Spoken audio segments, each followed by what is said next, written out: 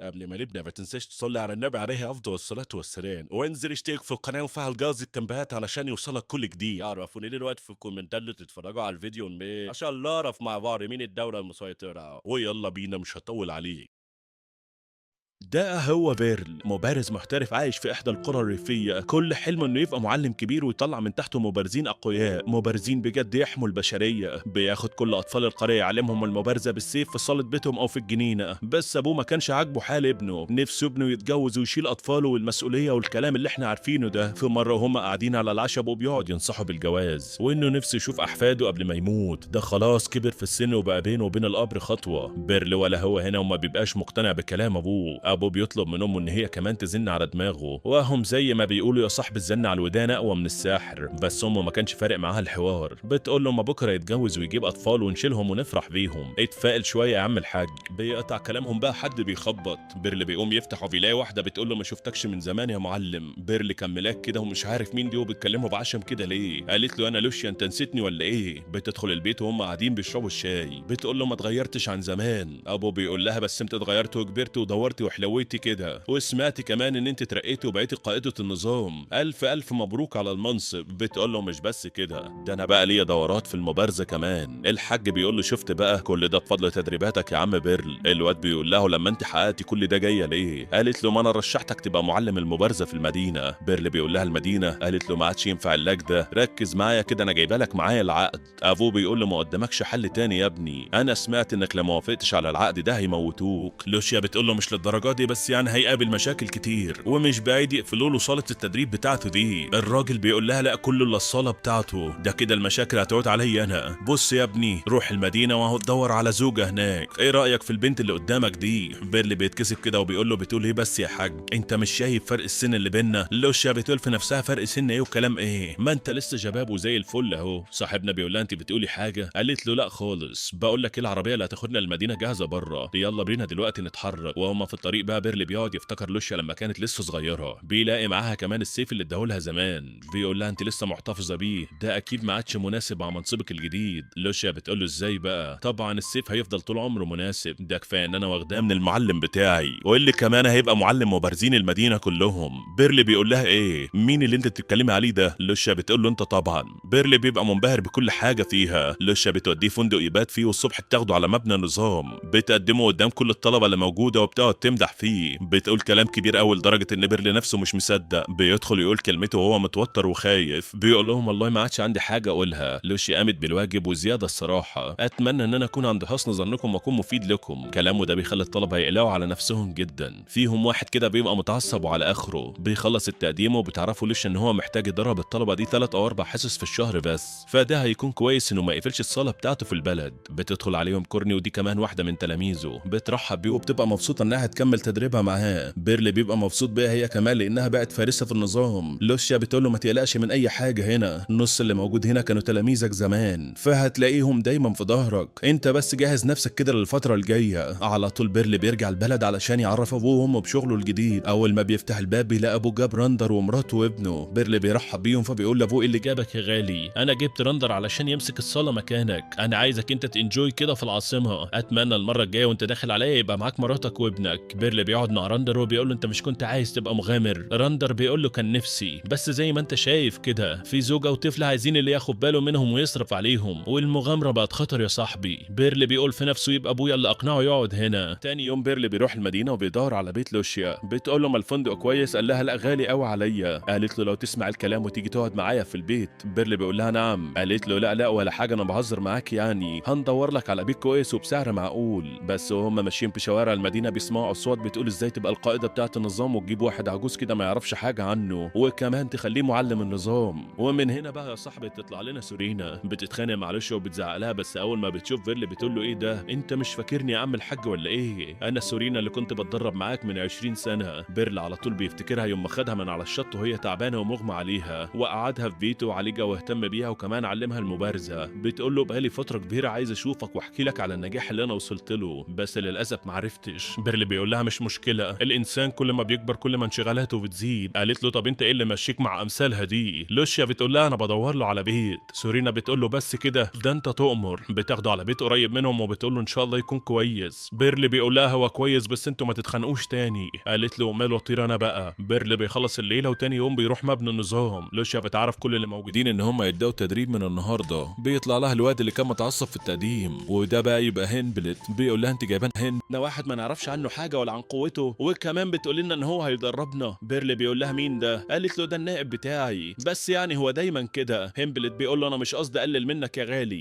بس على الاقل تواجهني علشان تثبت للكل انت قد ايه جامد. بيدخل الساحه كده وبيرل بيبقى متوتر شويه. هنبلت بيقول له القائده بتحبك جامد لدرجه انها عايزه تشغلك في منصب كويس، بس احيانا العاطفه بتكون غلط. بيرل بيسمع الكلام ده بقى وبيبقى عايز يعمل حاجه علشان يثبت نفسه، وكمان ما يصغرش القائد او التلميذه بتاعته يعني بمعنى اصح. المواجهه بتبدا وهنبلت بيبقى كويس جدا وضرباته سريعه. بيرل بقى كل اللي عليه ان هو يصد الضربات مش اكتر، لغايه ما هنبلت بيستفزه. بيبقى عايز يخلص عليه فبيرل بحركه سريعه منه بيتفادى الضربه وبيقف وراه بايده بيخلص عليه، لكنه ما بيعملش حاجه وسط ذهول من هنبلت. لوشيا بتقول له انت اتاكدت كده من قوته؟ هنبلت بيعترف بالهزيمه وبيقول له انا اسف ان انا شككت فيك، انا مبسوط ان انت هتبقى المعلم بتاعي، وكمان علشان اعتذر لكم اكتر انا عازمكم كلكم على العشاء. بياخدهم وبيطلعوا على المطعم وبياكلوا وبيشربوا وليله تبقى اخر حلاوه. حتى في البلد ابوه بيبقى قاعد مع راندر، كان مبسوط على الاخر ان ابنه خلاص هيشوف النور والدنيا كلها هتعرف مدى قوته. بيرل بقى بيبدا يتاقلم مع حياته الجديده في المدينه، وكمان بدا يدي للطلبه نصايح ويعلمهم المهارات بتاعته، وده كان دايما مخليهم شغوفين بيه وبكلامه، لدرجه انه مش قادر يستوعب انه قوي جدا وبيعلمهم حاجات مهمه علشان هما دايما بيركزوا معاه ومع كلامه. وفي مره وهو قاعد مع هنبلت بعد التمرين بتجيله كورني بتعرض عليه انها تفرجوا على المدينه. بيرل لسه هيرفض فهنبلت بيقول له في اماكن سياحيه كتير تقدر تزورها وكمان تستمتع بالاجواء هناك. على طول بيرل بيوافق يخرج معاها. البنت بتفرح وبتطير تغير هدومها. في الوقت ده بتبقى لوشيا قاعده مع مسؤولين الدوله بيشكروها على المعلم اللي هي جابته، لانه بالنسبه لهم كان فوق مستوى الشبهات، كمان هيطور لهم الفرسان ويعلمهم اكتر عن المبارزه. لوشيا بتطلع من عندهم وهي كل تفكيرها انها عايزه تتطور زي الفرسان،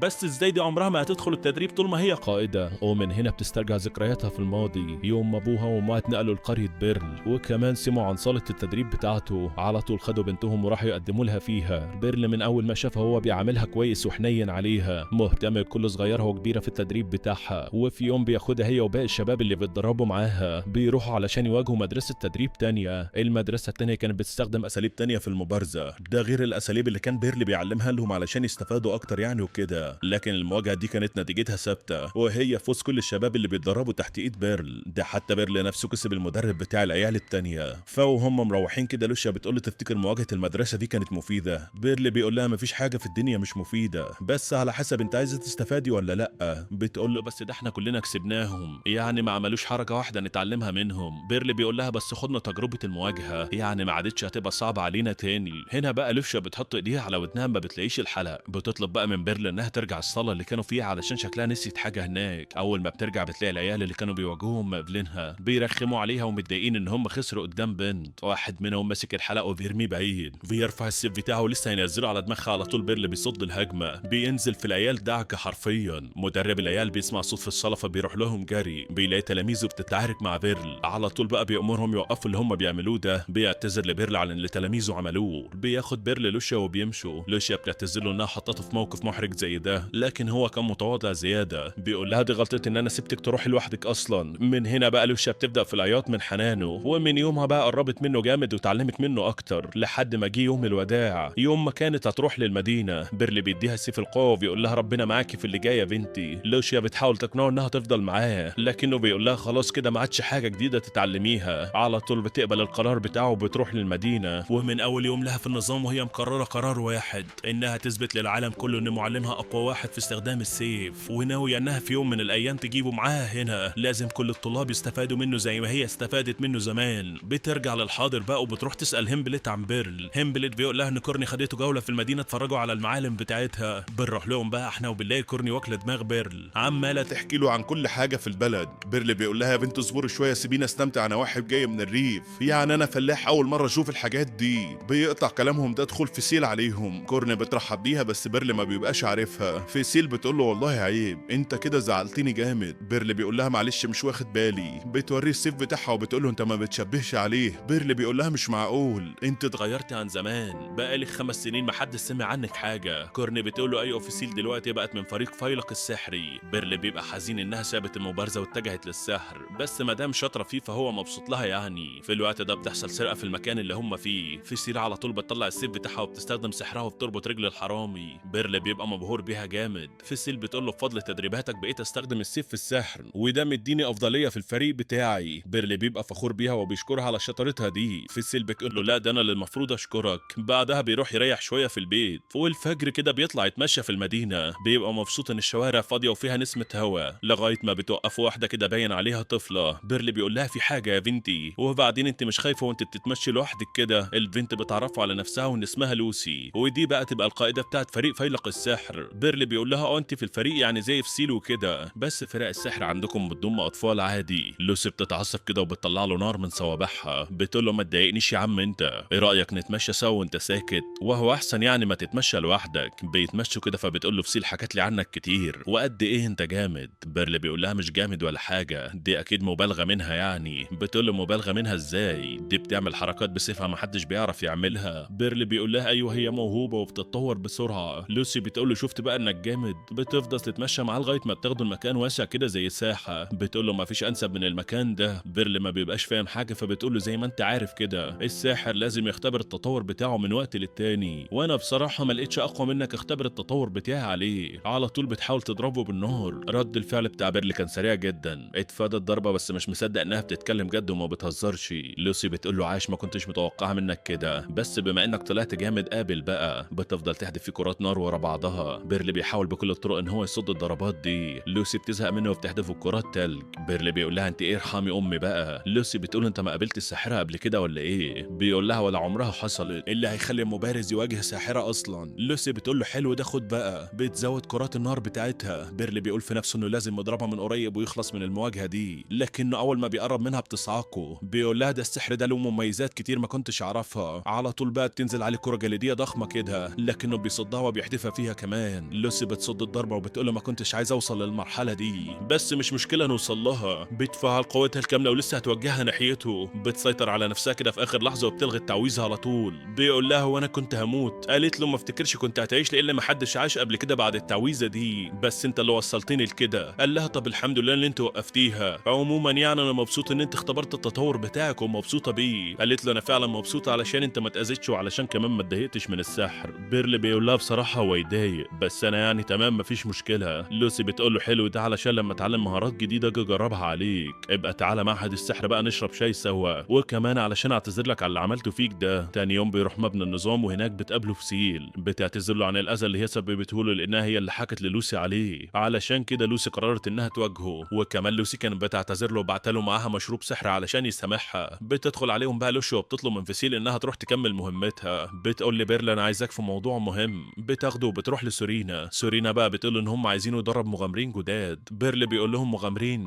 بس انا ما عنديش اي علم اديه للمغامرين خالص. لوشا بتقول له ازاي بقى انت مش كنت مغامر زمان؟ قال لها بس المده ما طولتش وانا ما حبيتش الموضوع. بتقول له عموما عادي النظام مش هيفرض عليك حاجه، ده قرارك اختار فيه اللي انت تحبه. بيرل بيقول لهم نقابه المغامرين قريبه من هنا. سورينا بتاخده وبيروحوا على هناك على طول، بس لما بيلاقي لوسي هناك وقاعده واخده راحتها على الاخر بيبقى متفاجئ. سورينا بتقول له انها صاحبه رئيس النقابه، وهنا بقى بيعرفوا رئيس النقابه بنفسه. بيقول له انا اسمي ندوس. بص يا ابني انا سمعت عنك كتير بالذات من سورينا، فانا واثق فيك وعارف ان انت هتقدم لنا مغامرين على اعلى مستوى. بيعرفوا ان المساعد بتاعهم ميغن هيشرح له كل حاجه بالتفصيل عن المهمه اللي هم عايزينه فيها. ميغن بقى بيقول له انا اسف يا بيرل بس حتى لو الرئيس واثق فيك فالنقابه مش هتثق في واحد هاوي ما عندوش معلومات عن المغامرين. صاحبنا بيبقى مبسوط انه مش هياخد الشغلانه، بس سورينا هي اللي بترد. بتقول له مش واثق فيه ازاي ده المعلم بتاعي. حتى لوسي بتاكد لميغن على قوته. ميغن بيقول لهم والله يا جدعان دي لوائح وقوانين عليا وعلى غيري، علشان نثق فيه لازم يواجه سورينا الاول. بيرل بعد ما كان متكيف من كلام ميغن انه مش هيدخل الشغلانه ويدرب مغامرين بيتخض من المواجهه. سورينا بتقول لهم ايوه كده دلعني، والله دي فكره ممتازه وانا موافقه عليها. رئيس النقابه بيقول له انت مستعد؟ بيرل بيقول له ما دام انتوا عايزين كده يبقى توكلنا على الله. بيروحوا ساحه المواجهه وكل الناس بيبقى عندهم فضول يشوفوا بيرل هيعمل ايه مع مغامر من الدرجه السوداء. بيرل بيقول لنفسه انه ما ينفعش يخسر قدام كل الناس دي. سورينا بقى بتبقى مبسوطه على الاخر، مبسوطه علشان هتختبر قوتها وهتواجه المعلم بتاعها اللي طول عمرها بتحلم تشوف قوته من ايام ما كانت طفله. ده بقى بياخدنا نتعرف اكتر على سورينا وهي طفله. في مره كانت طالعه رحله للغابه غابة مع ابوها وامها، وفي نص الطريق كده طلع عليهم وحش موت ابوها. امها كانت خايفة عليها فرمتها في النهر قبل ما الوحش يطولها. البنت بيغمى عليها واول ما بتفتح عينيها بتلاقي بيرل في وشها. على طول بياخدها على بيته وبيهتم بيها وبيقدم لها الاكل والشرب والعلاج. لكن اول ما بيسألها على ابوها او امها بيجي لها حالة صرع. بتفضل ساكتة فترة كده وده بيبقى مضايق ابو بيرل، لكن امه بتقول له ان هم يصبروا عليها شوية جايز تعبانة. وفي يوم وهي في اوضتها كده بتبص من الشباك بتلاقي بيرل بيتدرب بالسيف بتاعه الخشبي. على طول بينادي عليها تطلع جربوا معايا. سورينا بتطلع وبيبدأ بيرل يعلمها كل حركات المبارزة. سورينا بتبدأ تدخل في المود وبتفتح له قلبها. بيدخلها مع الأطفال الصالة لغاية ما بيجي وقت الوداع. بيجي 2 حراس من المدينة ياخدوها علشان تدخل نقابة المغامرين. بيرل بيودعها وبيقول لها إن مستقبلها هيبقى عظيم. سورينا أخيرا بتفتح بقها وبتشكره. وهي راكبة العربية ورايحة المدينة بتبقى زعلانة وبتعيط علشان سايبة المكان اللي عاشت فيه وحبته وخلاص ماشية، لكن نفسها عزيزة عليها ومش عايزة تبقى حمل على بيرل أكتر من كده. ومن هنا قررت إنها تكون أعظم مغامرة في المدينة. نرجع بقى تاني للمواجهة بتاعتنا. القتال بيبدأ وسورينا بتبقى متحمسة جامد. بتهجم بكل قوتها وبيرل كل اللي عليه إنه يصد الضربات بتاعتها، لكن سرعة سورينا كانت جنونية جدا. بيرل مش عايز يخسر قدام كل اللي موجودين ويضيع ثقتهم فيه، لكن خلاص ما عادش قادر يستحمل أكتر من كده. بيقعد يفكر إزاي يهزمها وأخيرا بيلاقي نقطة ضعفها. بيضربها وبيوقعها على ظهرها وكل اللي موجودين بيسقفوا له. سورينا كمان بتشكره على القتال الجامد ده. بتقول له عرفت نقطة ضعفي كمان. بيرل بيقول لها كان لازم ادور بسرعة قبل ما تموتيني. سورينا بتقول له انا كمان لازم اتدرب اكتر علشان اقوي نقطة الضعف دي. لوسي بتنزل لهم ورئيس النقابة وميجن. لوسي بتقول له انت لسه بتدي نصايح لمغامرة من الرتبة السوداء، قد ايه انت متواضع يا ابني. ميجن كمان بيعتذر وبيقول له سامحني انا اكيد عارف قوتك وكمان واثق فيك بس كان لازم المواجهة دي. سورينا بتقول له مادام كلكم تمام يبقى نبدأ رحلتنا كمغامرين. بتاخد بيرل تعرفوا على المغامرين ال3 اللي هيدربهم. بيبدأوا الجولة بتاعتهم الأولى في الكهف بس مفيش وحوش كتير بتقابلهم. هم مجرد 6 جبن يعني والشباب بيخلصوا عليهم من غير مساعدة. كلهم بيبقوا مستغربين ازاي مفيش وحوش، لكن وهم طالعين من الكهف في امان الله بيهجم عليهم وحش من وحوش الزينو. ودي يا صاحبي من اخطر الوحوش اللي موجودة في البشرية. بيضرب واحد من الشباب ضربة ترميه على الارض. سورينا بتقول لهم مش معقول ده اللي يكون ورا قلة الوحوش في الكهف. بيرل بقى بيسحب سيفه كده وبيقول استعنا عشاق بالله،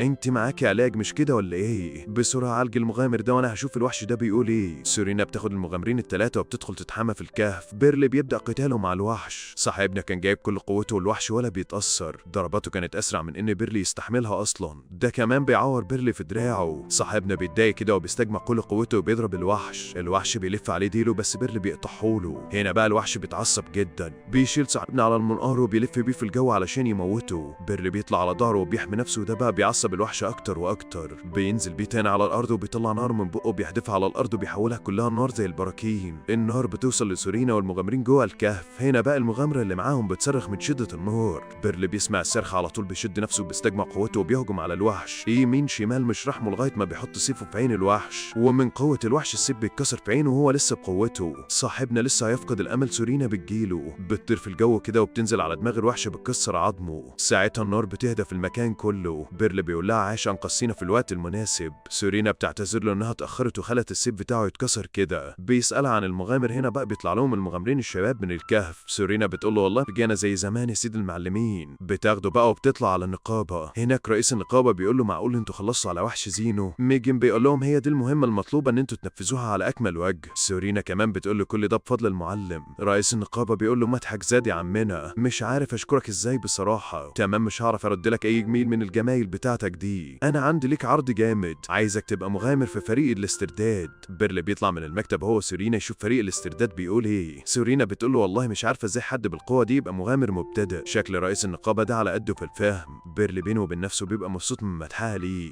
بس المدح الزيادة ده موتره شوية. بيقول لها كفاية مدح بقى، احنا فزنا في المعركة بسبب قوتك انتي. البنت بتتكسف ولسه وشها يحمر كده. صاحبنا بيقول لها بطلي الكسوف ده، انتي ما عدتيش طفلة زي زمان. سورينا بتتذكر ذكرياتها معاه وحنيته عليها. بتقول ساعتها ليت الزمان يعود يوما. صاحبنا بيرجع للمدينة وبتاخده كورني الحداد علشان يعمل له سيف جديد بدل اللي اتكسر. وهم في الطريق بقى بتحصلهم لوشيا اللي بتبقى متضايقة جامد من قرب البنات من حبيبها او المعلم بتاعها زي ما بتقول يعني. بيوصل عند الحداد وبيتعرف عليه بيرل على طول. ده بقى يبقى بيلدر تلميذ من اللي اتدربوا تحت ايد المعلم زمان، مع انه كان اكبر منه في السن بس كان محدد مستقبله من زمان وهو انه يفتح ورشة يصنع فيها السيوف. بيرل بيبارك له على المحل فبيلدر بيشكره. بيسألهم انتوا جايين هنا ليه؟ كورني على طول بتقول له جاي علشان اصلح السيف بتاعي. بيلدر بيقول لها بس ده ما عادش نافع. كورني بتزعل بتقول له ازاي يعني؟ بيرل بيقول لها اهدي بس، ايه رايك نختار لك سيف تاني من اللي موجودين دول. فعلا بيختار لها سيف بنفسه فبتثق في رايه وبتاخد السيف. بيبدا يختار له سيف هو بقى، بس هنا بتدخل عليهم سورينا ومعاها رجل الوحش اللي موتوه. بتقول له بص يا عم بلدر بقى، انا عايزاك تروق الرجل دي وتعمل لي منها سيف الدنيا كلها تحكي وتتحاكى بيه. بيرلي بيقول لها رجل زينو ده وحش جبار والسيف اللي هيطلع منها هيبقى دمار، قوته هتبقى خاصه مين اللي هيقدر يستخدمه. قالت له دي ابسط هديه للمعلم. كل اللي موجودين بيتصدموا من الكلام بتاعها. بيرلي نفسه مش مصدق. بيلدر بيقول لها بس كده من عينيا حاضر، النهارده السيف هيكون جاهز، سيف مصنوع بكل الحب. بيرلي بيقول له ماله خد وقتك. بيطلع يروح مع كورني يدربها على السيف الجديد.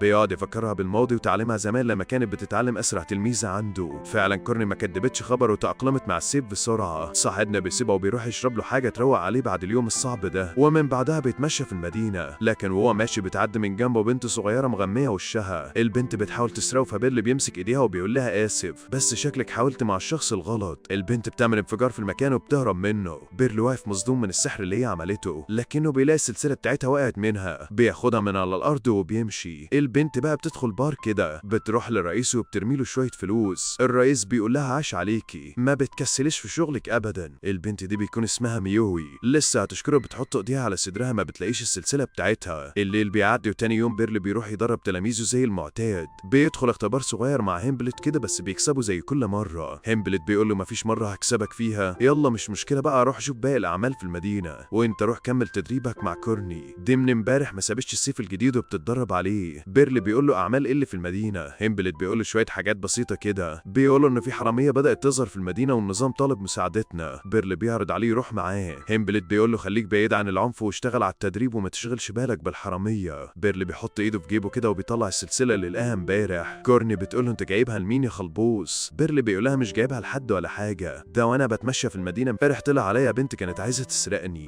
بس انا قفشتها وعلشان تهرب مني استخدمت السحر وهربت. السلسله دي وقعت منها على الارض وانا خدتها. كورني بتقول له طب وايه اللي يخلي طفله تستخدم السحر زي دي تبقى حراميه، مع انها لو قدمت في معهد السحر هتامن مستقبلها العمر كله. دول بيدوا الطلبه بتاعهم مرتبات جامده جدا. بيرلي بيقول لها ما اعرفش بقى. قالت له طب هتعمل ايه في السلسله. قال لها ولا حاجه، هتفضل معايا لغايه ما حد يسال عليها. هيمبلت بيقول له انا شايف ان انت توديها مكتب الاستقبال اللي في النظام، هم هناك هيشوفوا هي بتاعت مين، او حتى لو حد سال عليها هيدوها له. بيرلي بيقول له ماله طبعا. بيطلع يوديها وهو راجع بيمشي في نفس الشارع اللي مشى فيه امبارح. بيقابل نفس البنت اللي حاولت تسرقه، كانت نازله تدور على السلسله بتاعتها. بيسالها عن اللي هي بتدور عليه. البنت بتتعصب عليه وعايزه تضربه بس بيرلي بياخدها وبيروح مكان هادي بعيد عن الناس. بيقول لها انت اكيد مش سارقه السلسله دي. البنت بتقول له لا طبعا. قال لها انا كنت عايزه اتاكد بس، تعالي يلا نجيبها من مكتب الاستقبال. بيروحوا يجيبوا السلسله فعلا بس بيرلي ما بيرضاش يديها لها. بتحاول تاخدها منه بالعافيه بس بتجيلهم لوشيا. بتقول له انت هتعمل ايه، مين دي وايه اللي في ايدك ده، انت بتتقدم لها. بيرلي بيقول لها كنت مستنيكي، تعالي بقى شوف البنت دي. البنت موهوبه في السحر وراكنه موهبتها ومصممه تشتغل حراميه. لوشيا بتاخدهم وبتدخل المكتب وبيقعدوا يتكلموا مع البنت. بيرلي بيقول لها يا بنت ازاي تدفني موهبتك في السحر وتشتغلي في السرقه كده. لوشيا كمان بتتكلم معاها وبتطلب منها تعرف نفسها. بتاكد لها انها تحميها لو خايفه من اي حاجه. البنت بتبدا تاخد عليهم كده وتفك شويه وتتكلم. بتعرفوا ان اسمها ميوي. في حد كبير ضحك عليها وقال لها جمعت له 5 مليون جنيه هيستخدم السحر على اختها ويصحيها من الموت، والمبلغ كان كبير جدا عليها علشان كده اتجهت للسرقه. لوشيا بتقول لهم استنوني هنا 5 دقايق. بيقعد بيرلي مع ريو وبيلاحظ انها جعانه. بيقوم يجيب لها اكل وبيفضفض معاها شويه. بيعرفها على نفسه وان اسمه بيرلي وبيقول لها مدام لوشيا اتدخلت في الموضوع يبقى اكيد هيتحل ما تقلقيش. فعلا بترجع لهم لوشيا بس مش لوحدها، دي جايبه معاها لوسي رئيسه معهد السحر. لوسي داخله على البنت بقلب جامد وبتقول لها انت بقى الموهبه اللي بيقولوا عليها. ميو بتستغرب منها وبتقول لها انت مين ولا عايزه ايه. لوسي بتقول لها معاك رئيسه المعهد شخصيا. ميو بتقول لها وفي طفله زيك تبقى رئيسه معهد. لوسي بتقول لها الشاي بتاعك برد. بتولع لها في الشاي وبتقول لها ايه رايك تشربيه كده، اقتنعت بسحري، من بكره انا عايزاكي تنضمي للمعهد. ميو بتقول لها ادفعي لي 5 مليون. لوسي بتسالها عايزه كل المبلغ ده ليه. ميو بتقول لها انها تديهم للراجل اللي هيرجع اختها. لوسي بتقول لها بس مفيش الكلام ده، الراجل ده نصاب وبيضحك عليكي. ميو بتبقى مخدوعه وبتقول لها نصاب ازاي وهو موريني جثه اختي، وكمان طول ما انا بدفع له فلوس فالجثه مش هتتحلل، هتفضل لغايه ما اديله ال5 مليون مليون وهيرجعها للحياة. لوسي بتقول لها بقى انت صدقت راجل فاشل ضحك عليكي وشغلك حرامية ومش مصدقة واحدة قعدت عمرها كله تدرس السحر؟ مين الراجل ده وانا اوريكي بنفسك ان هو كذاب ونصاب. ميو بتقول لها لو ما طلعش كذاب. لوسي بتقول لها هديك انا ال5 مليون بنفسي، بس قولي لي اسمه ايه ومكانه فين وانا هاخدك معايا وتشوفي بنفسك. ميو بتقول لها على مكانه واسمه كمان. لوسي بتاخدها وبتاخد بيرل وبيروحوا له. بيبقى في مكان عام في وسط المدينة. بيرل بيبقى مستغرب ازاي واحد حرامي قاعد في مكان ظاهر كده، المفروض يبقى مستخبي علشان ما يتمسكش. لوسي بتقول له لا ما هو بيطبق مقولة هتداري ليه وانا بعمل حاجة غلط، ده الشباب هي اللي بتسرق وتروح تديله الفلوس. المهم باب المكان بيبقى مقفول. ميو بتقول لهم الباب ده ما بيفتحش من هنا. لوسي بتكسر الباب على دماغ اللي جواه. بتقول لها مش انا اللي يتقال لي يفتح او ما يفتحش. بتدخل وبيقابلها شوية حراس كده ولسه واحد هيقرب منها بتشيله ترميه بعيد. بتقول له انا مش جايه لك، انا جايه لكبير المكان وانتوا تعاملوا بقى مع بيرل. بتطلع هي تدور على النصاب اللي بتقابله. بتقول له انت بقى شفيق النصاب اللي عامل قلق في المنطقه، انت بقى اللي هتصح اللي بيموت. شفيق بيقول لها سمعت صوت في المدخل تحت بس ما كنتش اعرف ان رئيسة السحرة بنفسها عندنا، لسه هيجهز نفسه ويضربها. لوسي بتستخدم سحرها وبتكسر عظمه. بتاخده وبتنزل وبتلاقي ان بيرل قام بالواجب وزياده مع الحراس. الواد كان مكسرهم حرفيا هم كمان. بيرل بيقول لها عملت اللي جايين علشانه. بتطلع لهم شفيق وبتساله قدامهم انت تقدر تصحي حد مات يا ابني؟ شفيق بيقول لها لا طبعا ما فيش الكلام ده. هنا بقى ميو بتدخل في حاله صدمه كده. لوسي بتقول لهم عايزين ننقل الجثث دي، هروح اشوف حد من النظام يجي ياخدهم. اما بيرل بقى فبيقعد يهون على ميوي، بس هي كانت في قمه الحزن بتاعها. حتى الناس اللي وثقت فيها طلعوا كدابين. بيرل بيقول لها مش كل الناس وحشين، في ناس حلوين قدامك بس انت ركزي. هنا بقى تيجي لوشيا ورجاله النظام ياخدوا المجرمين، بس وهم ماشيين بالعربيه بتحصل حاجه غريبه. جسم شفيق بينفجر هو وكل اللي في العربيه. من هنا بيظهر لنا كاهن كده قاعد في معبد وقدامه جثث كتير، منهم اخت ميو، وبيسال المساعد بتاعه عملت الصح؟ المساعد بيقول له طبعا عملت الصح. اول ما العربيه اتحركت فجرته هو وكل اللي فيها. بيرل بيروح مبنى النظام تاني يوم وبتعرفوا لوشيا باللي حصل امبارح. بتقول له شفيق جسمه انفجر اول ما العربيه اتحركت. صاحبنا بيربط الاحداث ببعض كده وبيفتكر كلام لوسي لما قالت له ان شفيق ده مجرد آلة وحد تاني بيتحرك فيه عن بعد. الكلام بيرن في ودنه وبيقرر يدور على اصل الفساد. بياخد كورني وبيروح على طول للحداد يجيبوا السيف منه. الواد بيتفاجئ بجمدان السيف. كورني بتقول له ده لازم يتجرب حالا. بيقول لها يلا بينا على صاله التدريب دلوقتي، بس وهو طالع بيلاقي لوسي في وشه. بتقول له تعالى معايا عايزاك في حاجه مهمه. بتاخده وبتروح على بيتها وهناك بيلاقوا واحد مستنيهم. ده بقى يبقى كاهن الكنيسه بتاعت سفين. الكنيسه دي موجوده في مدينه سفين دي المجاوره للمدينه بتاعتهم. الكاهن ده بيكون اسمه هولمان. بيرل بيبقى مستغرب وجود الكاهن في بيتها اصلا. لوسي بتقول له طبعا عرفت بالادوات السحريه اللي كان بيستخدمها شفيق، وكمان عرفت ان في حد بيتحرك بيه عن بعد، مش كده ولا ايه؟ الادوات دي كلها بقى اتصنعت في سفين دي. بيرل بيبقى مش فاهم الكلام قوي. هولمان بقى بيقول له بص يا سيدي انا هبسطها لك خالص، احنا عندنا راجل كده شغال في الكنيسه اسمه ريفيوس، هو ده بقى اللي طلب من شفيق يجمع اكبر عدد ممكن من الجثث. لوسي بتقول له يعني علشان الراجل ده ما ينكشفش استخدم الادوات السحريه اللي مع شفيق وموته؟ قال لها بالظبط كده. بيرل بيقول له طب هو بيجمع الجثث ليه اصلا؟ الكاهن بيقول له علشان يعمل معجزه سفين. بيرل ما بيبقاش فاهم اي حاجه. لوسي بتفهمه اكتر. بتعرفوا ان السحر اللي بيستخدموه في المدينه بتاعتهم بيقولوا عليه معجزات، علشان كده هم عايزين يصحوا الناس اللي ماتت. طبعا ما فيش الكلام ده وكله كذب وكفر يعني. هولمان بيقول له عندنا اسطوره بتقول ان ممكن نعيد الموتى، فريفيوس مصدق الاسطوره دي وعايز يعملها فعلا. استغفر الله العظيم يعني. بيرل بيقول لهم طب ما حد يقنعه ان اللي بيعمله ده غلط. لوسي بتقول له يا ابني ما هو مطلوب للتحقيق وقاعد دلوقتي في المنطقه الشماليه. اما هولمان بقى فبيقول له انا مجرد كاهن ما اقدرش افرض رايي عليه. صاحبنا بيقول لهم وماله نهجم عليه ونموته هو. لوسي بتقول له طول بالك كده، الامور مش بالسهوله دي، لو عملنا كده ودخلنا حاربنا كنيسه سفين هتبقى حرب دوليه وساعتها الدنيا هتقوم مش هتقعد. علشان كده انا عايزاك انت اللي تقبض عليه وما تقلقش، انا واخده الاذن من لوشيا، وصدقني لو جيت وكانت كل جرايمه دي حقيقيه هروق عليه على الاخر. المفروض انت كمان تروق عليه، ولا انت شايف ايه يعني؟ بيرل بيفكر كده وبيلاقي ان قد ايه الراجل ده شرير واذى ناس كتير. بيفتكر ميور حزينه على اختها، يمكن لو جاب لها حقها يساعدها شويه في تخطي الحزن ده. وهو طالع بقى من بيت لوسي بيقابل ميوي، بيلاقيهم مهتمين بيها واخدين بالهم منها، بس هي زي ما هي حزينه ومش قادره تثق بحد. الواد بيحاول يطمنها ويقرب منها كده، لكن ميوي بتزعق فيه وبتبقى مستغربه انه مهتم بيها قوي كده مع انها كانت بتسرق اول ما شافته. بيرل بيبص لها بحزن كده وبيطلع وهو متحمس على الاخر انه يجيب لها حقها ويخليها تتغلب على حاله الحزن اللي عندها دي. بيجي الليل عليه وهو لسه بيراقب ريفيوس، بس بيلاقيه بيحضر شنطته وعربيته شكله هيهرب. على طول بقى بيتدخل وبيروح عليه، بس بيقابل المساعد بتاعه بيقول له يا مرحب بيك يا عم بيرل، انت جاي لقضاك هنا. المساعد بينادي على باقي الحراس وبيستخدم سحر تعزيز القوه. بيقول لبيرل اتعامل معاهم بقى. بيرل متفاجئ من كل اللي بيحصل، بس للاسف ما قداموش خيار تاني.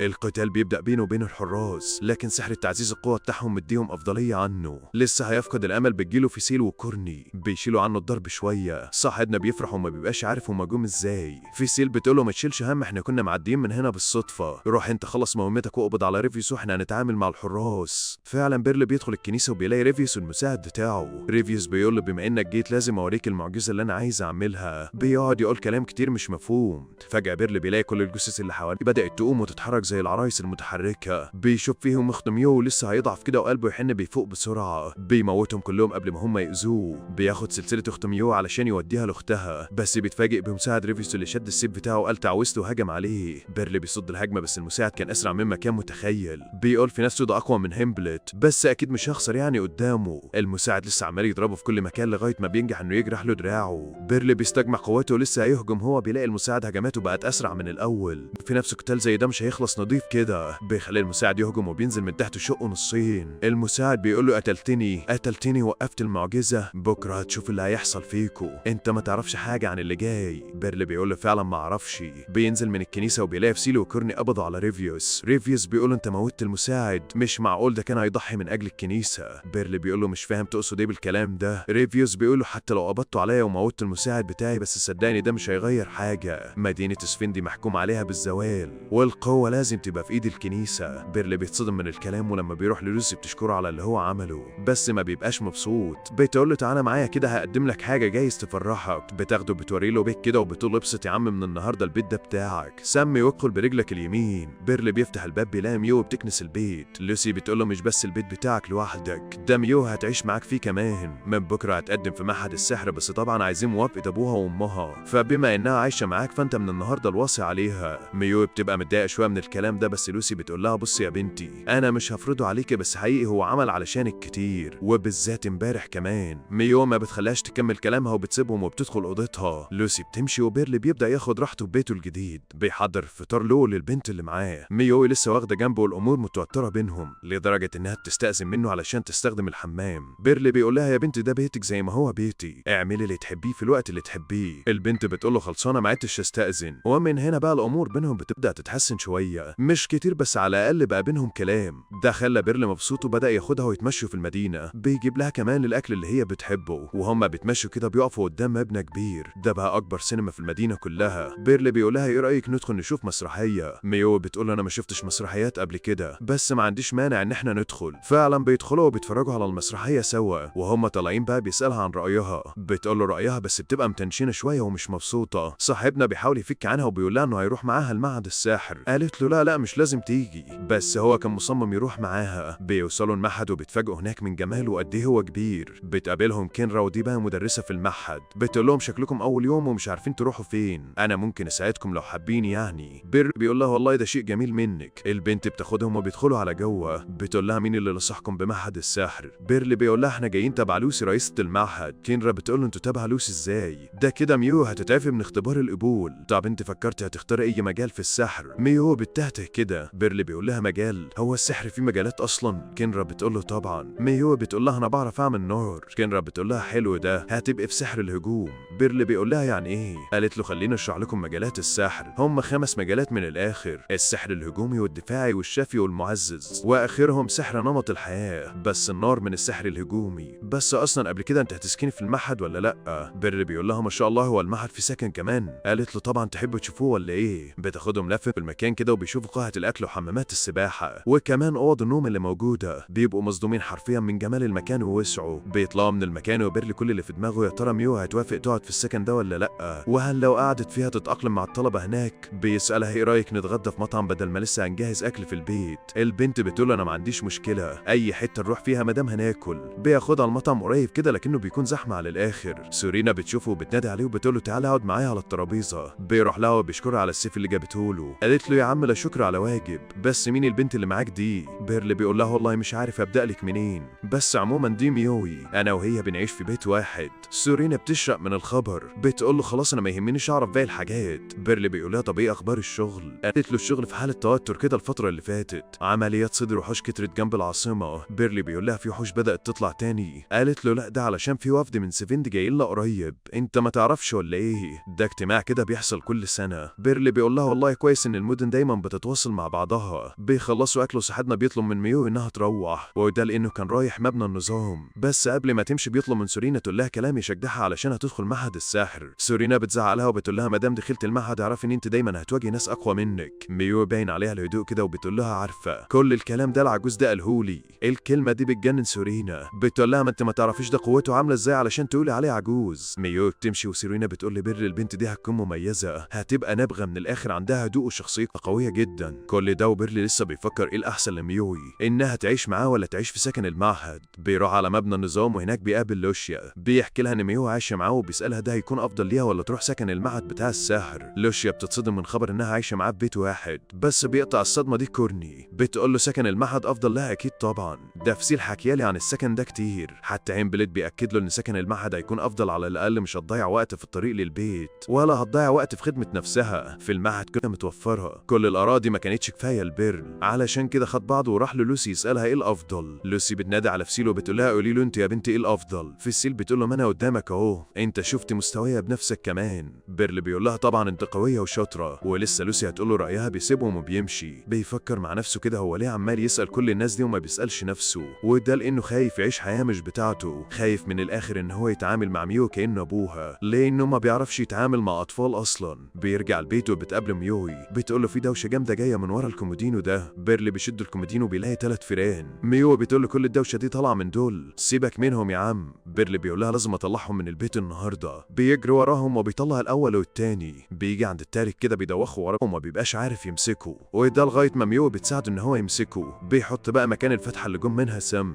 بيقول لها ذاكري شويه انت على ما احضر العشاء. بيروح يحضر العشاء فعلا وبتيجي ميو علشان تساعده. بيقعد يفكر كده دي ساعدتنا امسك الفور، ودلوقتي كمان بتساعدنا في تحضير الاكل، معقول بدات تتاقلم. وهم قاعدين يتعشوا بيقول لها تعبتك معايا واخدتك من وقت مذاكرتك، فكره سكن المعهد ده هتوفر عليكي كل الوقت ده. ميو بتقول له انا مش هسكن في المعهد انا هسكن هنا. بيرلي بيحاول يقنعها مهما يقنعها مفيش. بتقول له انت سمعتني انا مش هسكن في حته تانية غير هنا. على طول بتقول له ان في ناس كويسين ولازم اثق في نفسي، وكمان اثق في الناس كمان شويه، فبما ان انت هتاخد بالك مني ومن دراستي فانا كمان هقعد معاك واخد بالي منك ومن البيت. بيرلي بيفرح بكلامها ده وانها اخيرا بدات تثق فيه. تاني يوم بيروح مبنى النظام ولوشيا بتقابله هناك. بتقول له انها عايزاه في موضوع مهم. هيمبلت وكورن بيبصوا عليهم كده. البنت بتاخد بالها وبتقول له لا ده انا بس هشتري لك شويه هدوم مش اكتر، وده علشان جاي لنا ناس مهمين، وفد يعني من العاصمه الملكيه وكده. بيرلي بيقول لها سورينا قالت لي على الوفد ده. لوشيا بتتعصب وبتقول له هو انا دايما باجي متاخره كده. بيقول لها انت بتقولي حاجه؟ قالت له لا يا عم مفيش. قلت ايه بقى فكره الهدوم الجديده اللي هجيبها لك؟ بيرلي بيسالها هو الوفد ده هيبقى فيه كهنه من كنيسه سفين؟ قالت له لا ده وفد جاي من العاصمه، جاي فيه ابن الملك وبنت ملك مدينه سفندي، وانا دايما بحكي لهم عنك وعن قوتك، فانت لازم تكون مستعد في لحظه ان هم يكرموك. هيمبلت بيقول له التكريم من العاصمه احساس لا يوصف. حتى كورني بتقول له هيمبلت ولوشي عندهم حق، لازم تلبس وتتشيك كده، انت مش مغامر ولا حتى جندي في النظام علشان تقابلهم بزي رسمي، ده انت المعلم بتاع الكل، لازم تلبس حته تقيله يعني من الاخر. لوشيا بتقول له خلاص يبقى اتفقنا هننزل نجيب لك اللي انت عايزه. بيرلي بيقول لها منزل انا اجيب لنفسي. قالت له لا يا عم انت مش عارف محلات المدينه، وبعدين التجار ممكن يضحكوا عليك ويغفلوك. بص انت بس بكره كده بعد الظهر فضي لي نفسك وانا هاخدك اروق عليك، ويلا سلام بقى علشان عندي شويه شغل هنجزهم.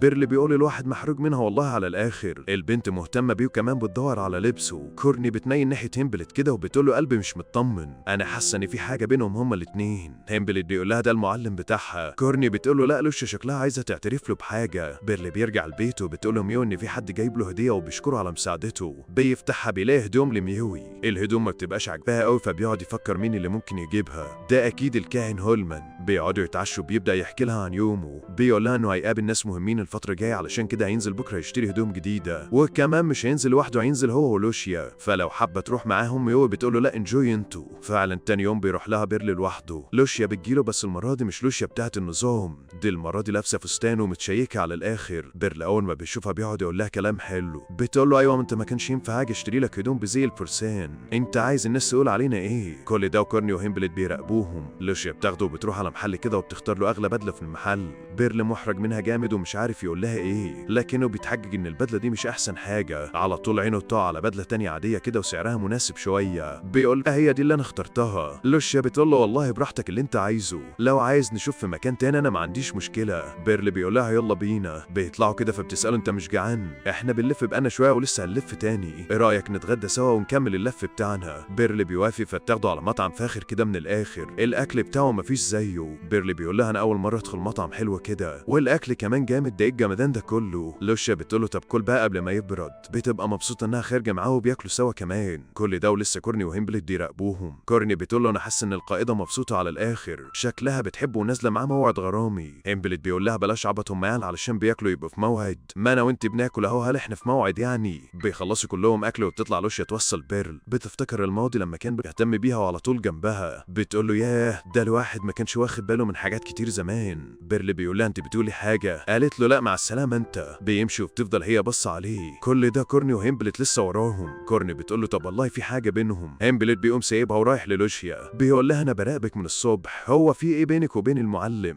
قالت له مفيش حاجة، بحب أشوفه مبسوط مش أكتر. تاني يوم في النظام كورني بتقول له إيه اللي أنت عملته امبارح؟ بتدخل عليهم لوشيا فعلى طول كورني بتتسحب قبل ما تكمل كلامها مع هيمبلت. بتستغرب كده فهيمبلت بيقول لها سيبك منها أكيد راحت تكمل تدريبها. لوشيا بتقول له طب حلو يلا بقى كمل تدريبك معاها علشان شوية كده وهاجي أخد الصالة منكم. هيمبلت بيقول لها في حاجة ولا إيه؟ قالت له لا ولا أي حاجة، هدخل مواجهة مع المعلم بس. الواد بيتصدم فبتقول له لا ما تقلقش، كده كده محدش عنده شك في قدرة المعلم، بس أنا عايز أواجهه علشان لو فزت عليها هعترف له بحاجة. يلا روح كمل هروح أنا أجهز بقى. كورني بتقول له والله شكلها تعترف له بحبها. بيدخل عليهم المعلم بيقول لهم ما شاء الله التدريب ماشي زي الفل، ولوشيا كمان هنا، مش من عادتك يعني تكوني موجودة الصبح كده خير. لوشيا بتقول له حصل، أنا جاي علشانك من الآخر، جاي علشان أواجهك لو ما عندكش مانع. المعلم بيقول لها والله دي حاجة حلوة وحتى نتدرب. هيمبلت بيعلن المواجهة بتاعتهم. لوشيا بتقول له تعرف الناس بتقول عليا إيه؟ لوشيا الأسرع من البرق، على طول بتهجم عليه من كل الاتجاهات. المعلم يصد كل الضربات وبيبقى مبسوط من مستوى تلمسته، بس إيه القوة والسرعة دي مش بتاعت فارسة أبدا، دي أكيد بتتضرب كل يوم. لوشيا مش فارق معاها ونازلة في ضرب من كل الجهات لغاية ما بتنزل سيفه على الأرض. بتقول له دلوقتي بقى هوريك أنا اتعلمت إيه من بعدك. لوشيا سرعتها وقوتها بتزيد والمعلم أدرك إنه استحالة يقدر يجاريها طول المواجهة. بيدور على نقطة ضعفها بس هي فين؟ دي مش سايبة حاجة إلا ومقوياها، لغاية ما بتجيله فكرة كده إن أول ما تهجم عليها يلف وراها ويجيبها من هدومها. فعلا بيعمل كده وبيقدر إنه يقلبها على ظهرها ويحط سيفه على رقبتها، وبكده هيبقى المعلم هو اللي فاز بالمواجهة. بيقومها وبيقول لها قوتك زادت عن زمان، أنا مبسوط منك على الآخر، بس مش دايما المواجهات هتكون نزيهة وبشرف، علشان كده عايزك تبقي جاهزة لأي حاجة غير نزيهة تحصل. بيسيبها علشان وقت الغدا فبتشكره لوشيا على النصيحة دي. كورني وهيمبلت بيروحوا لها فكورني بتقول لها انت لو كنت فزت عليه كنت هتعترفي له بحبك. هيمبلت بيقول لها معلش انا حكيت لها على اللي احنا اتكلمنا فيه. لوشيا قالت له عادي ولا يهمك، عموما يا ست لو كنت فزت كنت هطلب منه يشتري لي هدوم زي ما اشترى لنفسه. هيمبلت بيقول لها بصراحة انت كنت هتعترفي له بمشاعرك. لوشيا بتقول له اسئلتك كتير اليومين دول، عموما انا قلت لك ان اللي فارق معايا اشوفه مبسوط وبس. في الوقت ده بيكون بيرل رجع البيت وحكى لميو على اللي حصل. ميو بتقول له بصراحة كده حاسة البنت دي معجبة بيك، اصل ما فيش كده في الدنيا، امبارح تخرجوا تجيبوا هدوم وتتغدوا النهارده تدخلوا مواجهة. بيرل بيقول لها لا ما تقوليش الكلام العبيط ده، دي التلميذة بتاعتي وفرق السن بينا مش صغير. بتقول له ده انت اللي عقلك صغير، هو ده بس اللي انت بتفكر فيه. بيسألها بقى انت عملت ايه النهارده؟ قالت له ولا اي حاجة، ادوني لبس المعهد وكتب كتير تمهيدية وبس كده. بيقول لها ما فيش شنطة، انا شايفهم هناك كلهم شايلين شنط. قالت له هم ادوني الحاجات دي وبس. بيقول لها يبقى ننزل نشتري لك شنطة دلوقتي. في الوقت ده بتبقى سورينا قاعدة مع رئيس النقابة، بيعرف ان في مهمة المغامرين من الرتبة البلاتينية مش عارفين يخلصوها وما حدش هيخلص المهمة دي غيرها. بس قبل ما يكمل بيدخل عليهم الحارس وبيقول لها ان في حد عايزها. نرجع بقى لبيرل اللي نزل يشتري لميو الشنطة، لكنه بيلاقي الاسعار نار النار. بيمسك واحدة كده شكلها حلوة هتبقى مناسبة مع البنت. البياع بيقول له دي ب95,000. بيرل بيسيبها وبيمشي، بيروح يقعد مع نفسه على الكوبري وبيفكر في مصاريفه ومصاريف ميو اللي تقلت عليه. وهو راجع للبيت كده وفاقد للامل بيقابل سورينا، بيلاقيها متوترة وخايفة فبيهديها وبيسألها مالها. قالت له انا مطلوب مني مهمة كبيرة عليا، انا خايفة ان انا افشل في المهمة دي. بتطلب مساعدته كمان. بيقول لها يا بنت وانا هفيدك بايه؟ قالت له يا عم انا هديك مكافأة. عينه بتلمع كده وشكله هيجيب مصاريف البنت.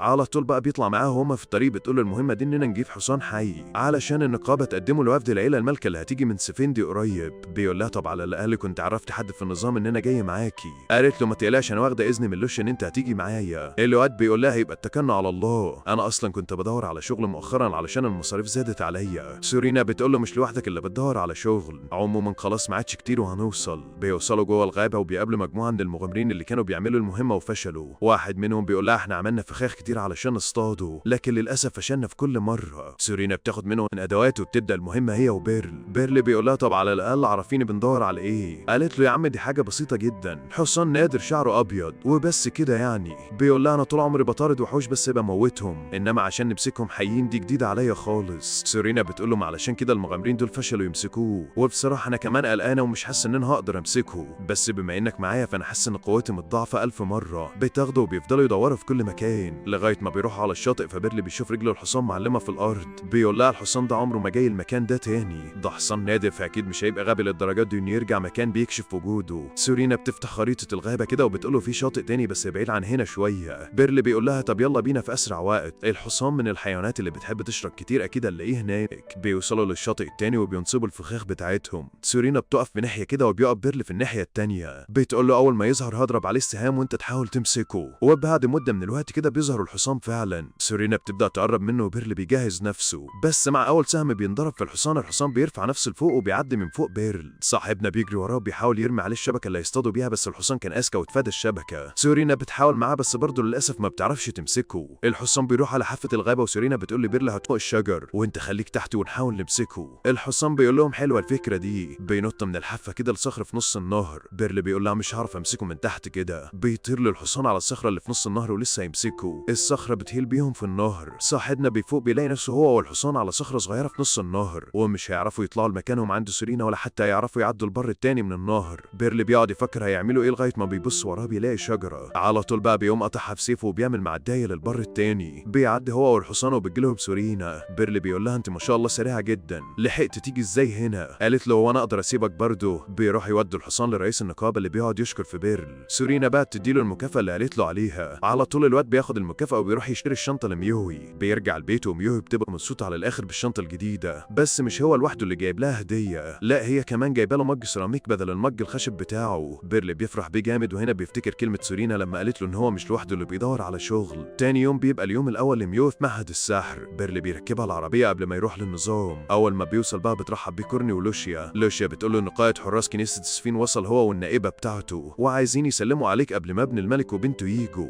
بيروح بيرلي معاها علشان يسلم عليهم. بيلاقي النائبه تبقى روز ودي بقى كانت تلميذه عنده زمان. بتسلم عليه وبتحضنه. لوشيا بقى بتكون هتتجنن ايه يا عم كميه البنات اللي حواليك دي. القائد بيقول لها انتوا تعرفوا بعض؟ بتقول له ده المعلم بتاعي. بيرلي بيقول لهم روز اتدربت معايا سنه ونص في القريه. البنت بتقول له شكرا على كل اللي انت عملته معايا. كل ده ولوشيا واقفه بتغلي من الغيره. بيرلي بيبارك لها انها بقت نائب القائد. القائد بقى بيكون اسمه جوتا. بيقول لهم طب كويس ان احنا طلعنا معرفه، ده هيسهل علينا كتير من اللي احنا جايين علشانه. هيمبلت بيقول له انتوا جايين علشان ايه اصلا؟ القائد بيقول له روز ما تعرفش البلد بتاعتكم قوي فاحنا جايين نأمن الدنيا قبل ما وفد العيله الملكيه يجي. روز بتقول لهم انا فعلا ما اعرفش المدينه بس مبسوطه ان المعلم بتاعي هو اللي هيفرجنا عليها. فعلا بيرلي مروح من الشغل بتجيله روز وبتقول له يلا بقى وريني المعالم السياحيه اللي في المدينه. الواد بياخدها وبيلفوا المدينه سوا وبيقول لها احكي لي اكتر عن نفسك. بتقول له بعد ما سبت صاله التدريب في القريه رحت سفندي وهناك نائب القائد مات في جوده وخلاني امسك مكانه. بيتمشوا بقى في كل شوارع المدينه بس دايما اللي كان بيلفت نظر روز ما كانش المعالم السياحيه، لا ده كان اللي بيلفت نظرها اطفال المدينه. بعد ما بيزهق لف في المدينه كده بترجع روز للقائد. بيرلي بقى بيغير هدومه وبيروح بيته بالهدوم الجديده بس ردة فعل ميو اول ما بتشوفه بالهدوم الجديده بتكون عاديه خالص. بيرلي بيقول في نفسه شكلي وحش ولا ايه؟ ميو بتقول له غير هدومك يلا وتعالى العشاء جاهز. بيغير هدومه وبيطلع يتعشى معاها. بتبدا فقره الحكاوي بتاعت كل يوم. بيرلي بيقول لها انت عملت ايه النهارده في المعهد؟ ميو بتقول له انا زهقت. بيرلي بيتخض كده بس هي بتقول له ما تقلقش مش مشكله كبيره يعني، زمايلي هناك خدوني معاهم المكتب غصب عني وامبارح خدوني اوضه الفن وقبلها اوضه الموسيقى وانا ما بحبش كل الحاجات دي. بيرلي بيقول لها بس دول كده بيحبوكي.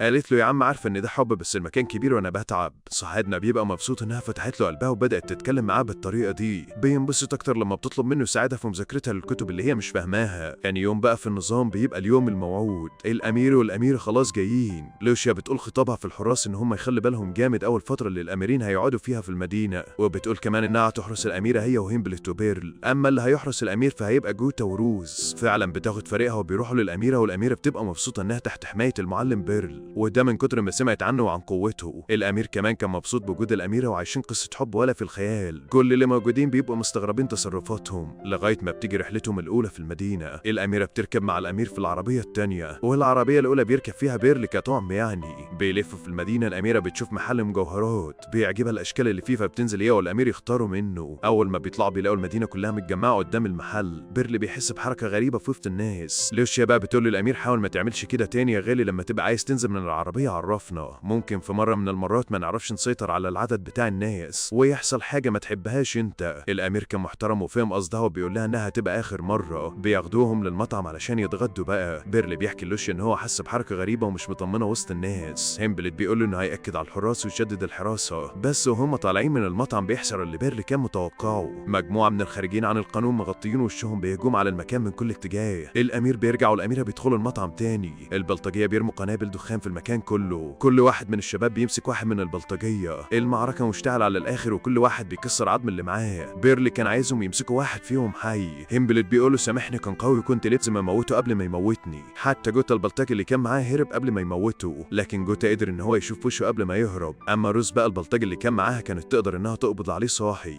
بس هي اللي قررت تموته قبل ما الشباب يقبضوا عليه. ما تبقاش غير البلطجي اللي كان مع لوشيا، بس ده محتاج علاج كتير قوي علشان نطلع منه بمعلومة. بياخدوا الامير والاميرة بقى وبيرجعوا للقصر الملكي في المدينة، وبكده يبقى ضمنوا الامان شوية. جوتا بيقول لهم ان هو ولوشيا هيقابلوا كبار المسؤولين لوحدهم، يعني كده بيرلي يقدر يروح. روز بتقول انتوا كده مش محتاجين ان انا كمان اقدر امشي. بيرلي بيبقى خايف انها تقول له خرجني تاني، بس هي بتمشي من سكات. بيرجع هو بيته وبيلاقي لوسي هناك. بتقول له الحمد لله على السلامة، حصل حاجات كتير النهارده، تعالى بقى علشان نتكلم شوية. بيرلي بيقول لها امال فريق السحر كان فين النهارده في الهجوم ده؟ لوسي بتقول له فريق السحر ما كانش ينفع يتدخل، البلاد دي يا سيدي ما بتأمنش بالسحر اصلا. بيقول لها ما بيأمنوش بالسحر، بلاد ايه فهميني اكتر. لوسي بتقول له هجوم النهارده ده اللي وراه ناس من سفندي. بيرلي بيقول لها ودول هيستفادوا ايه من الموضوع ده؟ قالت له شكلك ما فهمتش، سفندي دلوقتي فيها صراع على السلطة بين البابا والملك. بيرلي بيقول لها سامحيني ما بتدخلش في السياسة ولا الدين، فانت بقى هتفهميني اكتر. بتقول له هشرح لك وامري لله. بص يا سيدي البابا ده معاه سلطة اكبر في الدولة، لكن الملك معاه سلطة سياسية اكبر، بمعنى اصح لانها دولة دين فالملك ما يقدرش يتجاهل اراء البابا. يعني اللي هاجموا النهارده دول تبع البابا علشان عايزين يجمعوا بين القوة والسلطة. بيرلي بيقول لها طب ما حتى لو اختلوا الامير هيجي امير غيره. قالت له ما هو ده المطلوب، لان الامير اللي بعده تابع للبابا علشان كده عايزينه يتعين. الواد بيقول لها علشان كده يبقى ما عرفناش نمسك ولا واحد فيهم من هجوم النهارده، حتى الوحيد اللي اتمسك خلص على نفسه قبل ما نحقق معاه. اكيد كبار المسؤولين في الدولة عارفين الكلام ده، واكيد رحلة بكره كمان هتتلغي. من الناحية التانية روز بتروح للوشيا بتقول لها الهجوم النهارده ده كان قوي ولازم ناخد بالنا بعد كده. الله صحيح احنا هنفضل ماشيين حسب الخطة والامير والاميرة هيزوروا الاراضي الزراعية بكره. لوشيا بتقول لها وبتسألي ليه؟ روز بتقول لها اصل جغرافية البلد هنا مختلفة عني وانا عايز اعرف اكتر علشان ابقى عاملة حسابي. لوشيا بتقول لها اسألي القائد بتاعك وهو هيعرفك كل حاجة. روز بتقول لها لسه هستنى القائد،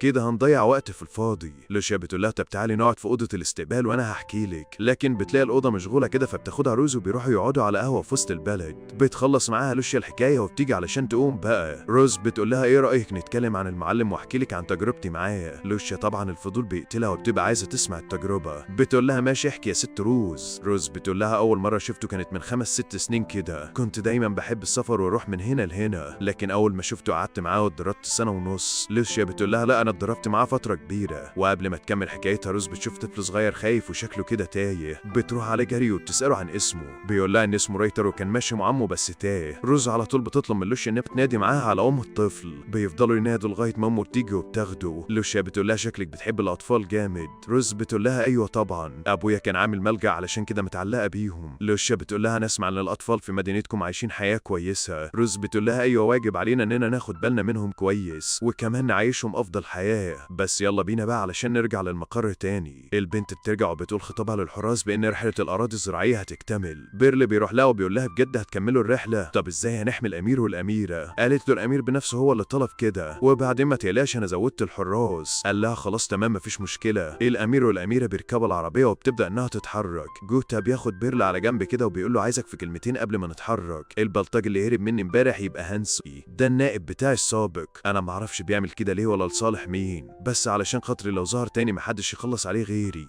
بيرلي بيقول له يبقى اتفقنا. بيكملوا رحلتهم وبيروحوا الاراضي. الامير بيبقى مبهور بشكل الزرع، حتى بيرلي بيبقى عاجبه الارض كده. بيقول لهم كان نفسي اجي هنا في ظروف احسن من كده، بس يلا مش مشكله نبقى نيجي يوم تاني. وفي نص الارض كده بيطلب منهم منهم الامير يوقفوا العربيه وبينزل. كان نازل بس علشان يشوف حاله الزرع بنفسه. الدنيا بتبقى هاديه كل واحد بيستمتع بالاجواء لغايه ما بيجي لهم سهم كده من وسط الزرع، ومن بعده السهام بدات تكتر عليهم. بيرل على طول بيطلب من الامير والاميره يوطوا على الارض. بيأمر باقي الحراس ان هم يتعاملوا مع السهام. البلطجيه مش معتمدين على السهام بس، لا ده في مجموعه منهم بدات تهجم على الشباب، لكن صحابنا ادائهم عال العال، اللي بيمسكوه بيروقوه على الاخر. بيرل بيقول لجوتا روح انت للي بيرموا السهام وانا هتعامل مع اللي بيجوا هنا. جوتا بيقول له وماله. بيطلب من لوشيا تاخد الامير والاميره ويرجعوا للعربيه. على طول لوشيا بتطلب من كورني وهيمبلت يساعدوها. بيرل بقى فكان خلص على اكبر عدد ممكن من البلطجيه وراح بعيد شويه كده الروز. بتقول له ما كنتش اعرف ان انت قوي كده. قال لها وديكي عرفت دلوقتي بقى جه دورك. انت بتعملي كل ده ليه بتقتلي اصحابك؟ قالت له انت عرفت منين؟ بيرل بيقول لها من ساعه ما قتلت البلطجي اللي كان معاكي مع انك كنت تقدري تسلميه حي، وحتى لما عدد البلطجيه زاد علينا في وسط الاراضي كنت فين؟ بتعملي كل ده ليه يا روز؟ هل هتبقي انت الاميره اللي جايه؟ روز بتقول له يا سيدي الناس تفهم الكلام كده، لما تلاقي بلدك في صراع دايم على السلطه لازم تعمل كده، البلد بتبوظ سنه عن سنه. بيرل بيقول لها انا مجرد ريفي ما اعرفش حاجه عن صراعات المدن دي،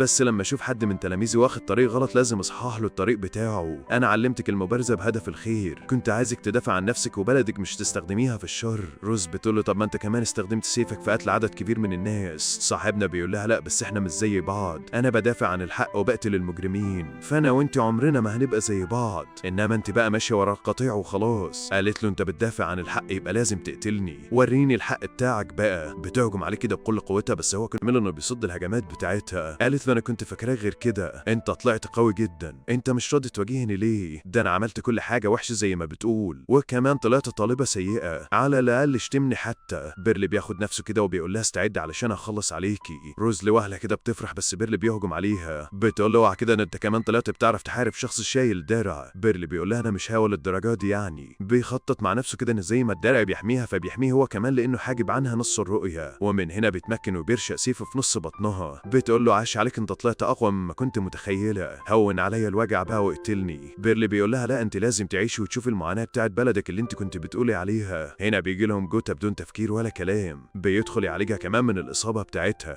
بيرل بيساله انت اتعاملت مع اللي كانوا بيرموا الاسهم؟ اول ما انت مشيت انا شفت روز جايه هنا لوحدها، فطلبت منها هي وباقي الشباب يحموا الامير والاميره، وجيت هنا علشان اخلص على روز. البنت كانت مشاركه في محاوله اغتيال الامير. جوتا بيتصدم من الكلام فبيرل بيقول له اكيد البابا هو اللي اجبرها تعمل كده، تقريبا هو خاطف اطفال البلد وبيجبر الناس تسمع كلامه، ولو ما سمعوش الكلام هيموتهم. جوتا بيقول له الموضوع شكله اكبر من كده، كلهم عايزين يضحوا بحياتهم في سبيل البابا. بيرل بيقول له احنا لازم نقول ان هانسي هو اللي ورا موضوع الهجوم ده وهو السبب في اصابه روز. جوتا بيقول له شكرا على كل المساعدات دي، مش عارف اودي وشي منك فين. المعلم بيقول له صحيح انت تبع البابا ولا الملك؟ جوتا بيقول له انا تبع الحق مش اكتر، انا عايز الاصلح فيهم للبلد. روز بتقول لهم انا ما عدتش اثق في البابا ولا في الملك، دول قتلوا ريفيوس بابشع الطرق. بيرل بيقول لها انا اللي قتلت ريفيوس، ده كان بيحرك اكبر مجموعه مجرمين في البلد وكمان بيتاجر في الجثث علشان كده خلصت الناس من شره. روز بتقول له مستحيل، ده البابا قال ان الملك هو اللي موته. صاحبنا بيقول لها معرفش البابا بتاعكوا ده بيفكر ازاي، بس كل اللي اعرفه ان انت كنت في الاتجاه الغلط. البنت بتعتذر له على سوء التفاهم اللي كانت فيه. بتقول له خلاص انا مش عايز اموت، عايز اعيش علشان اشوف العداله بتتحقق في البلد بتاعتي. وفي الاخر بقى بتشكره على الدروس الكتير اللي علمها لها. بيرجع بيرل لباقي الشباب وبيلاقيهم متوترين على الاخر. بيقول لهم انتوا شكلكم خلصتوا المهمه بتاعتكم بنجاح. الشباب بيقعدوا يشكروا فيه وفي مساعدته ليهم كمان.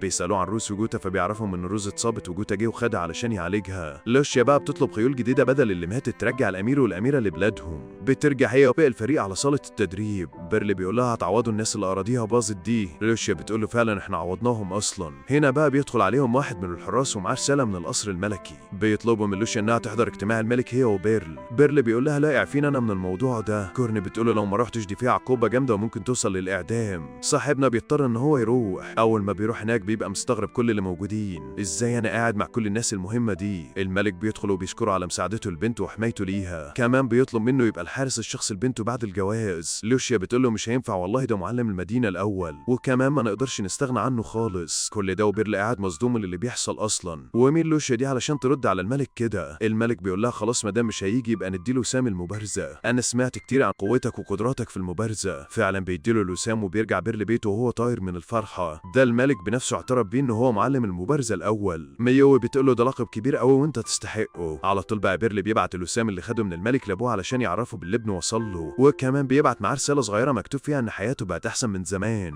وبقى مشهور زي ما كان أبوه بيتمنى. الملك بنفسه اعترف بيه إن هو معلم المبارزة الأول في المدينة. ولحد هنا بينتهي الأنمي بتاعنا يا صاحبي. لو عجبك ما تنساش اللايك والاشتراك في القناة علشان يوصلك كل جديد، وكمان عايزك تكتب لي رأيك في الكومنتات، وأقدر أقول لك دلوقتي أستودعكم الله الذي لا تضيع ودائعه. مع السلامة.